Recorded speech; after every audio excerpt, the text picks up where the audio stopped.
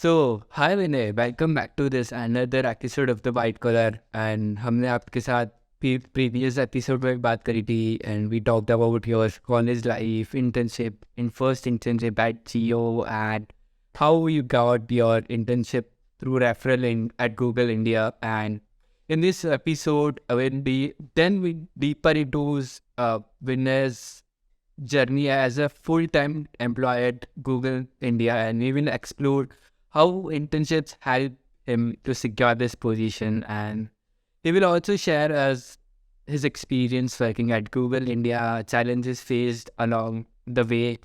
So let's get into it. So tell us about how was the scenario after your internship at Google? Like basically I was just waiting for the results to come for the conversion, and I was wrapping things up to end up the internship, like wrapping all the wrapping all my personal stuff from the corporate laptop to the personal. So when very eagerly waiting for the results to get announced for the conversion. So that's it. Well, how did your internship at Google help you to secure a full-time job at Google India? Basically, the internship helped very much to understand things, like how they flow in a project environment at Google itself. So like how do you approach the approach people for any difficulties you are facing throughout, and how do you try to resolve issues that come up along the ground. So how do you resolve issues yourself by just taking help from the internal tools and internal platforms that are there. That very much and my DSA skills also helped at many points in time. I was a volunteer for Kickstart and CodeGem during my internship as well. So that added up to be a positive point as well during my packet was reviewed. So that's what I assume, because it is also a part that I did during my internship. So that was also a part of my packet. I had mentioned the work that I did for Kickstart and CodeGem, the community contribution, if he said.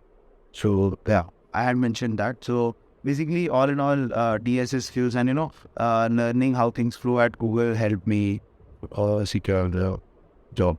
So, what were your a few challenges that you faced while transition from an intern to a full-time employee at Google India? So basically, I would not say challenges, but there were a few things to notice that were changed. So the expectations overall were changed. The responsibilities were a little bit, comparatively higher, and the nervousness was little bit comparatively lower, to be very honest. Because in internship, you aim to achieve you achieve good results to get PPO, and here you try to achieve good results to get sorry, appreciation and a satisfaction in yourself to just improve and get going along. Okay, so can you tell us something about your projects that you worked as a full-time employee at Google India, and which one was your favorite one? Okay, so like currently I only worked full-time for 2 projects only, and I can't share much of the details, but the current project that I am like currently, I think there will be a third project coming along. But yeah, all the 3 projects were very much interesting and a learning experience for me. The second project was a very good project because I had a very strong grip on Java from before itself. So it was a very fluent to go through because it included Java development and stuff. So yeah, that's it. Like I can't share much of the details, but yeah, those kind of small summer development. I respect that. Yeah. So, how has being working at Google India help you to grow professionally and personally both? So, like people dream of getting a job at Google. So like my dreams weren't exactly like that. My dreams were to be a very good software engineer. At the beginning, a very good computer engineer, and that basically very good software engineer. So people dream of such a large MNC, and like I am very grateful to work for the company. So basically, having that on the resume is itself a big thing for me, to be honest. Though it was not the main dream of mine, but it's a very big thing for me, and it's a very I'm very grateful for that, for the opportunity and for everything. And yeah, like I as, as I always think of my most important priority is learning, be it anywhere. So learning and such a big name on the resume is are both a very positive part of me being at Google, professionally and personally. I just want to improve and upskill myself as an engineer along the journey. Yeah, actually. Okay. So, what advice do you want to give your aspiring software developers that who wants to work at a companies like Google and a big giants company? So basically, just upskilling yourself is the key here. Practice, upskilling, and exploring with some with the same level of curiosity throughout. So exploring areas would only make you uh, feel what is the perfect, or what things you like the most. So if you do the thing that you like the most, you will definitely bring fruitful results overall. Though not at the beginning, sometimes, but at the end you will be getting fruitful results. So, how do you stay up to date with the latest technology and trends in the industry? Because with the technology emerging every day, it can be difficult to know where to focus your attention. Okay, so basically, along with the work that is there at Google, I try to keep up with the latest news, latest things, and try. I have a time for myself during the weekends, like just some 2-3 hours during the whole weekend, not more. So basically, I try to learn something that I don't know, and that might be useful to me, or that seems interesting to me. Be it any new algorithm, and we let it be any any IoT device that helps you do some stuff, like very small thing, even a very small thing, or even a bigger thing. I'm not whatever I'm just curious of, I try to learn, like go through that, and try to get the most out of it in the 2-3 days, in the 2-3 hours that I have in the weekend. Other than that, yeah, that's it. Like, to be very honest, I try to give some time to upskill myself, like to be very brief about. Yeah, that's a main mantra, I guess, that you should upskill yourself every day. Yeah, that's very true. Yeah. So, can you share us some resources and networking events that help you in your journey, and what would you like to advise students? So basically, for resources, I think um, I started to learn web development, like basically specifically HTML, PHP, and React from the very basic. On I don't remember the name. Free Code Camp, I think there's a website like Free Code Camp. They have the tutorials and stuff stacked up. So it's a very good resource to learn web development, at least. If like I'm not sure if they have other things as well, but they have a very like solid foundation, like very solid courses for web development for sure. So that is one resource on the top of my mind. Other than that, for CP that I was like actively doing, I explored every website, to be very honest. I didn't differentiate any website. I tried to give contests on every website. I tried to read blogs, articles, and stuff regarding any topic. Let's say segmentaries. If I had to learn segmentaries, I just tried to grasp the info and the theoretical part from any website I find. That was the main motto uh, for CP. There was no specific resource. If you want to be on the top, like know my topmost two resources, so there would be CP algorithms and YouTube and Codeforce's articles. So these were the top three things that I would go through if I want to learn a topic for CP. Yeah, these are the parts of and for ML, I had taken some small basic courses on Coursera, if I would say. For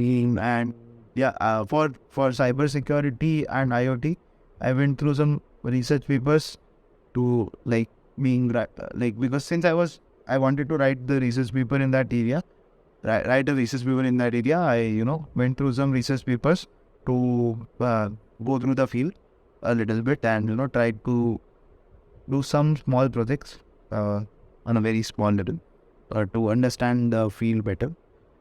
Okay, cool, makes sense. So, in your opinion, so what are some qualities that are essential for the success as a software developer at a company, at a giant's company? Taking up responsibility is a key aspect. Uh, be it of your success or be it of your failure. Uh, Managing your time and having some time for yourself. If you do work 7 days, 24 hours, there's no meaning. If you don't have time for yourself and your health, it will have a negative impact on your work for sure. So basically, having some time for yourself and your health and your family on the long run, these three things are the most important, I feel, to be a good, Okay, to be good at your work. makes sense. So, I would like to move back to your college days. So, imagine whether at today's date where you are standing. So, do that peer group mattered in your journey? Yes, it very much mattered to me. Like the most close group would be my group of 17 people. I got at college. So basically, it was a very fun, chill group. Everyone had their own, uh, what I would say. Everyone had their own forte, I would say. So basically, someone was good at art, someone was good at music, someone was good at marketing, and someone was good at being a creator. Like not exactly being a like every it was a full package basically of varying aspects that you see uh, throughout. Like it was a lot fun because everyone had each other's back. Uh, what I mean by this is, even though there were fights, anger, and so much going on at many times, all in all, at the end, someone was there for someone. Like everyone was there for everyone. To be very honest, directly or indirectly, that doesn't matter. But the 17 member group sticked along till the end, and everyone had their dreams to catch up, and now everyone is going up for their dreams. So yeah, it was a if I hadn't had that group, my college life couldn't be that much fun. Like basically, having those college days spent with them has made a a specific benchmark set for the day being a good day. So currently the days are good, but it also even though the days are good, something feels like missing. So that's what they had, set up the standard for. Understandable. So I want you to make throw some bright light on the roles and the careers after image engineering apart from software development, because that is more important. Talking about DSA and CP, because people do not, I guess, people do not explore options and roles apart from they are like, okay, we have to do DSA and CP. We'll go to the Giants company and work as a software development. But I think people should explore new options and new career options apart from roles that will help them to mark their place at a good position. That's very true, because I also even don't know about many such career options around there. But yeah, some of them would be on the top of my mind. Some of them would be, the first one is hardware engineer at big companies, or maybe some small companies, even not, I don't exactly know the names of small companies having hardware engineers. I am not able to remember the names, but yeah, on the top of my mind, the big companies include Samsung, Nvidia, Google, many more. So basically, hardware engineering is also, being a hardware engineer is also an option um, for both the electrical engineering students and computer engineering students.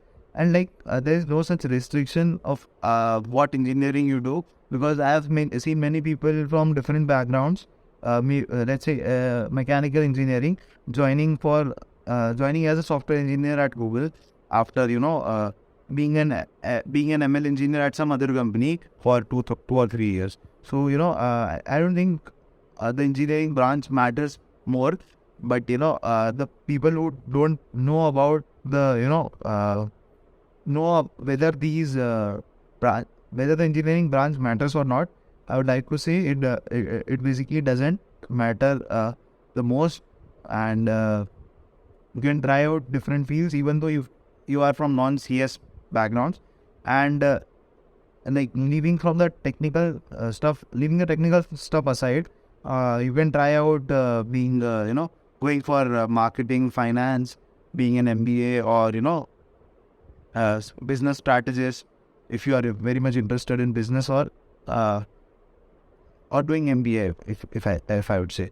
Or in even the tech industry, there are many other job openings. Let's say UI UX designers, designers, UI UX, and there are separate roles even for front end developers, cloud engineers, and that includes AWS and maybe GCP and Azure. So I would like to know if you have moved out of your home. So how it made you stronger and you made out of your comfort zone. So basically, since I was living in Ahmedabad itself, so I didn't join for the hostel in the college days. So basically, Yeah. I'm out of my home to live in a different city for just the last 7 to 8 months after getting the job at Mule in Bangalore. So to be very honest, it is not a much longer time to decide how have I improved, or how have I seen the development of something in my personal life. But yeah, the small things to look out for would be to do things independently, or maybe look out for think more things, including look out for more things. That I mean is that splitting up your time wisely, and looking out for stuff that is important, like prioritizing stuff, and basically making better timelines to do the work at home, be it anything. Amazing, amazing. So thank you so much for sharing your experience with us, Vinay. And I would like to forward for hearing more about your journey in the future too. And that was all about this episode. Thank you for joining us. Thank you, Punit. Thank you for having me here.